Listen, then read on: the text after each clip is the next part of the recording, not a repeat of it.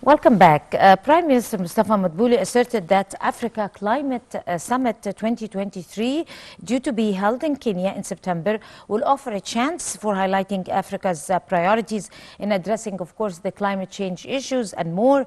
And he said that the African continent is the most affected by climate change, especially in light of growing drought and desertification. And he also made remarks in a speech he delivered on behalf of President Abdel Fattah el-Sisi, the head of state. He said that during a virtual meeting of the Committee of African Heads of State and Government on Climate Change, which was held in preparation for the summit, he stressed that climate change comes on top of the world agenda, highlighting piling pressures on African countries in light of food and energy crisis. We're very delighted to be having with us over the phone live Mrs. Amira Sayed, a journalist and a political analyst. Good morning, Dr. Sayed. Good morning. How are you doing? I'm fine, thank you. The importance of Egypt participating in this particular summit to the international community and African nations, as we have just mentioned that the Prime Minister Mustafa Madbouli said that Africa is prone more than any other country to the dangers of climate change, according to many issues we know. There is food crisis, there is water scarcity, there is desertification, there is many violations of the environment, and also there are violations in European countries. But the importance of taking heed to participate in conferences or summits like that. Yeah, exactly as you mentioned that though Africa is the least contributor to the global emissions, like Africa contributes only by 4% of the total global emissions. So though it is the most or the least contributor to these emissions, it is the most vulnerable to the severe impacts of climate change. Also, as you mentioned now, the global crisis, the economic crisis, the rising food prices, and also the subsequent economic consequences. It's also like pile pressure on the African continent. So now Egypt is taking a leading role in highlighting the priorities for the African continent in terms of how to address the climate change, how to ensure swift and also just a transition in green transition in the African countries. Egypt was the host of COP27, and we have seen that there was a historic and a groundbreaking move by establishing a fund for loss and damage. And now Egypt is stepping up its efforts to build on the outcomes of COP27, especially that Egypt's vision in climate action is to move from vision into action together for the implementation, which is the main message of COP27. So as Prime Minister Mustafa Madbouli mentioned that now the African continent is bearing the brunt of the emissions, the global emissions by other countries. So this requires more collective action to help these African continents to address all these consequences. And also we have to take into consideration now the impacts of climate change has become more intense than ever. So it's time to take more practical and tangible steps to address this challenge. For example, the World Health Organization said that now 2 billion people around the world, they are suffering from a lack of access to safe drinking water. But in Africa, it is expected that around 230 million people in Africa will suffer from water scarcity due to the severe impacts of climate change. Also, if we are talking about the issue of food security in Africa, now the climate change has a direct impact on the food sector. It has led, for example, the severe patterns of weather that has led to the seasonal disruption in terms of many crops. Also, desalination of many arable lands, which also had curbed and decreased the food production in Africa. So climate change is not just an environmental issue, it is a real developmental challenge that's facing all the countries, definitely in general, but Africa in particular. That's why in the Africa Climate Summit will be held in Kenya next September, there will be more emphasis on the priorities of the African continent to meet the pledges that have been taken before by the developed countries. For example, there was a pledge to provide the African countries $100 billion every year to address the climate action. But unfortunately, many of these pledges haven't been met so far. Definitely, the geopolitical challenges that took place in the recent years maybe have impacted all these actions. But now it's time to be on track, because according to the United Nations, all the world now off track in terms of addressing the climate change, meeting the goals of Paris Agreement. But as I mentioned, as Africa is the most vulnerable to the impact of climate change, so there will be more severe action. Yeah. Right. Amira, also we are talking about a country, Egypt, that have drawn a lead example after we hosted the COP27 summit here in Sharm el-Sheikh, and Sharm el-Sheikh is an environment-friendly city, and hosting various almost world leaders and most of the top environmental experts and specialists to attend a summit like that and be able to pour its experience and instruct other participants of giving them this rich experience to the other participants who are going to participate in that summit is an essentiality for that summit. I mean, I'm talking about the participation of Egypt. It's important, and it's going, how is it going to add to that summit? Yeah, as you mentioned, Egypt hosted COP27, and actually this conference has resulted in many historic and unprecedented goals, like, as I mentioned, the establishment of a loss and damage fund. Egypt is adopting like a holistic approach when it deals with the issue of climate change. Egypt is trying to find real solutions to address the issues of adaptation and mitigation, finding sustainable financial resources to address climate change.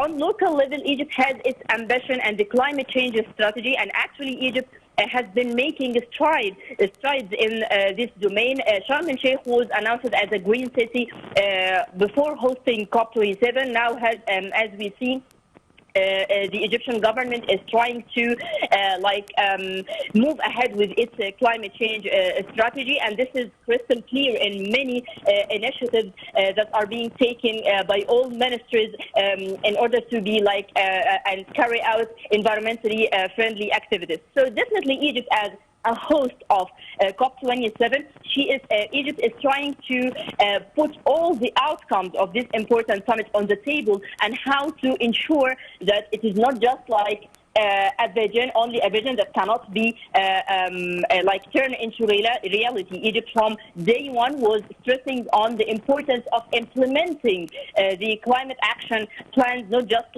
having more pledges. We need to implement the already existing pledges, and also aspire for further collaboration to address this urgent issue of climate action. As you see now, we are seeing the heat waves, the rising sea levels, the droughts, the floods, and also the subsequent socio-economic impacts are matters that require swift and urgent action. And actually, as I mentioned, all the African countries, they appreciate the Egyptian leading experience in this domain. For example, if you are talking about the clean energy, Egypt now we can say is a model for the African countries in terms of renewable energies. We have many ambitious projects. For example, if you are talking about the solar power, we have now the Mbank project in Aswan, which is the biggest plant in Africa and the Middle East. So now Egypt already has a successful experience that it can deliver to the other African continents, African countries, and also meanwhile, through Egypt's fruitful collaboration with the international partners, it can also highlight the priorities of the African countries. So definitely the Egyptian participation in Africa Climate Summit, and also its presidency of COP27, and also its potential participation in COP28 in the United Arab Emirates, definitely will lead to a positive momentum, and also it will help to highlight the priorities of the African African continent. So definitely the Egyptian participation in any event related to climate action, whether in Kenya, the Africa Climate Summit and the upcoming COP28, definitely it will be very significant. Right. To be honest, while we are discussing seriously and religiously the dangers of climate change and looking into seeking ways to stand up to those dangers and challenges, we should be taking that seriously by taking heed to consider the carbon emission violations, to consider the economic greed, to consider burning the forests, to consider violating the ecosystem and the biological balance by eliminating the endangered species, the illegal hunting. I mean, many violations are being committed in power countries, superpower countries, and everything is related. I mean, everything is relevant to the other. I mean, you cannot commit a violation in superpower country and don't expect that this is going to leave to reflect its consequences over developing countries also at the same time. I mean, the whole world should abide and respect the rules. Do you agree with that or no? Mm-hmm. Yeah, definitely, exactly. As you mentioned, that now the superpowers or the developed countries, the rich countries, they are responsible for the greatest portion of the global emissions. So this definitely they have to bear the full responsibility, because now other countries, especially African countries, they are bearing the brunt of the development plans of other countries.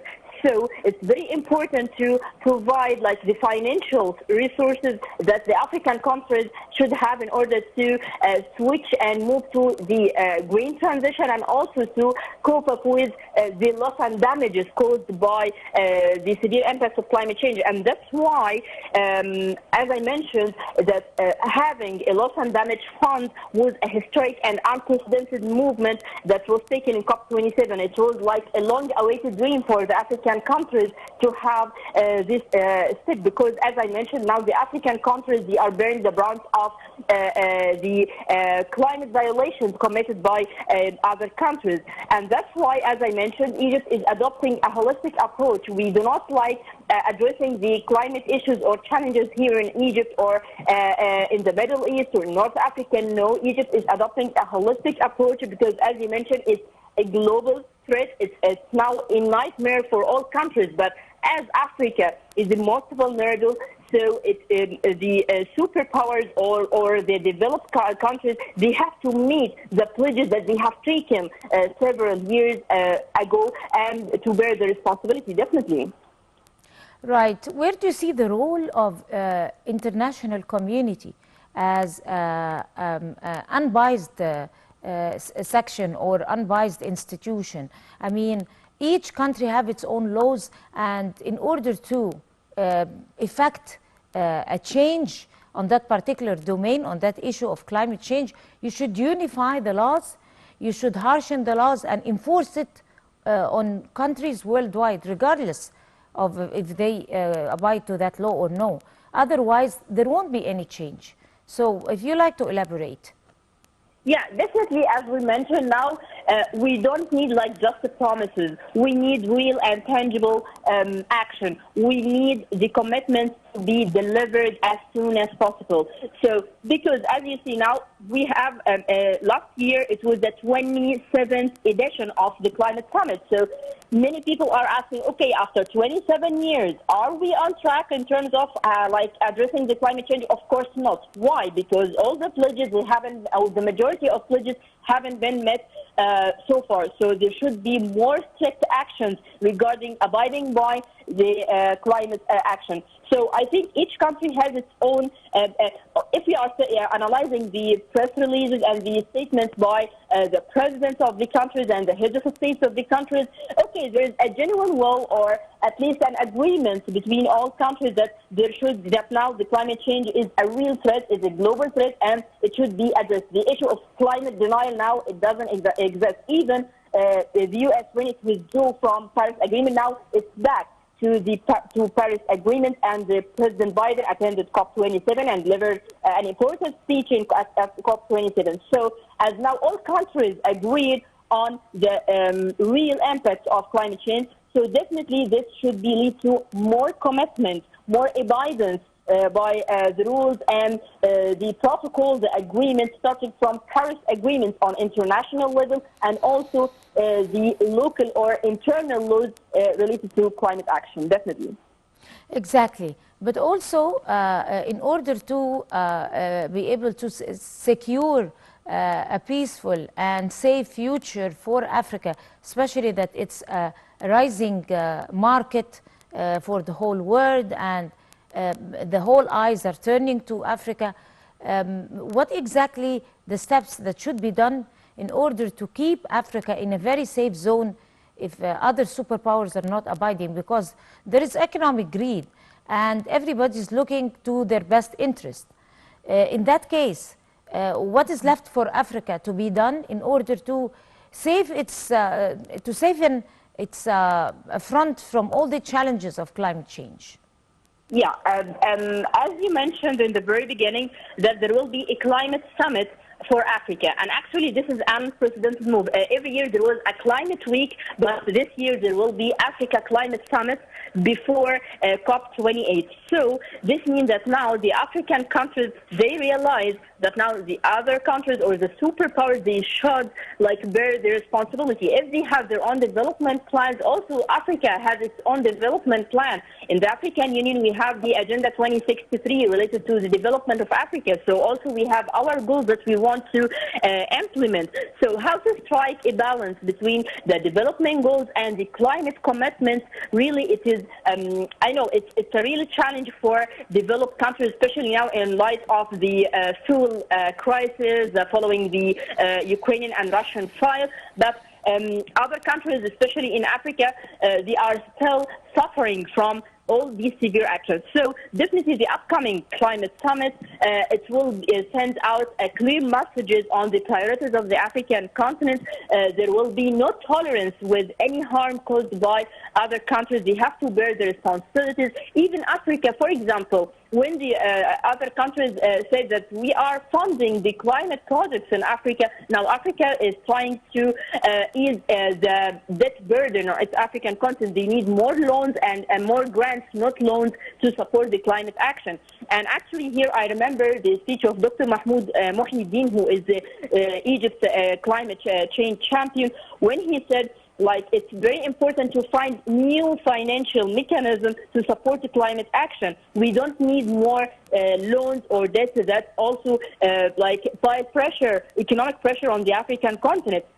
We need more grants, more sustainable solutions. Africa has great potential. For example, if you are talking about agriculture, Africa has a great arable land. It can be a food basket for all countries. But due to the climate change, it's now the bill of food imports in Africa, it's on the rise. So now it's time to make the best use of the Africa natural resources. I think in the upcoming period we will witness more strict messages from Africa in terms of abiding by the previous commitments and also to make other countries bear their responsibility, because Africa also has its own targets, has its own ambitions that it wants to implement, definitely. Right. Of course, as when we talk about climate change, we talk about means to sort out the problem from roots. So for a continent like Africa, with all the developing countries in it and other developed countries probably in Asia or in the Middle East somewhere, how do you see what type of damage might fall on developing countries as a victim to the economic greed of superpowers? Yeah, actually, climate change, it has a direct impact on all sectors. As I mentioned, it is not just an environmental challenge, it is a developmental challenge. For example, if you are talking about the issue of water scarcity, around the world, there are 2 billion people who do not have access to the safe drinking water. But in Africa, there are 230 million people who don't have access to water, and this persons or this number is expected to further increase due to the severe impacts of climate change. If we are talking about the agricultural sector, definitely also the climate change, it has a direct impact. Recently, the African Union announced, for example, that the climate change, it has like decreased the GDP growth in the African countries by up to 15%, and this percentage also is expected to further increase. So there are many like socio-economic impacts. There are also, if we are talking about like the human health, also the public health, the climate change has a direct impact on people's safety, the fatalities related to the climate change and the subsequent like diseases. It's also, according to the World Health Organization, it's expected to further increase, especially as I mentioned that Africa is the most vulnerable to these severe impacts. So definitely all the development plans of the African countries, they are facing real challenge due to, as you mentioned, the greed of other countries, those countries who do not meet their pledges. So as I mentioned, like selecting Egypt to have or hosting the COP27 in an African country, and also in the upcoming year it will be in another country in the region, in the Middle East region, and there will be a climate summit also for Africa. So all these meetings that bring together both the public and private sector, the civil society also that are playing a real role in raising public awareness of this important issue, having a dialogue between all development partners, it will help also to to have a clear action plan in the upcoming period. Right. On that note, Ms. Amira Said, the journalist and political analyst, would like to thank you so much talking to us on the Breakfast Show. And now Egypt has always placed economic development in the African continent among its top priorities, and it boosts investments among the countries of the continent as well as increase the intra-African trade. And we have more details in the following report. Egypt has always placed economic development in the African continent among its top priorities by boosting investments among the countries of the continent as well as increasing intra-African trade. Egypt's efforts also include developing infrastructure projects, supporting plans for